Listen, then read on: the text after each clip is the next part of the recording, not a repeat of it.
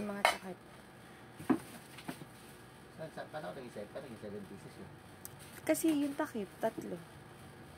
Ganun ba yun? Yeah, it's Kasi counted. 3 yung takip, kaya Yeah. 7 pieces. Yeah, Ganun pala yun. that's it, pansit. 7 yung isa walang takip talaga. Yeah, kasi Okay. pwede siyang Kasi takip okay ng na isa. lang. So, yun na lang guys.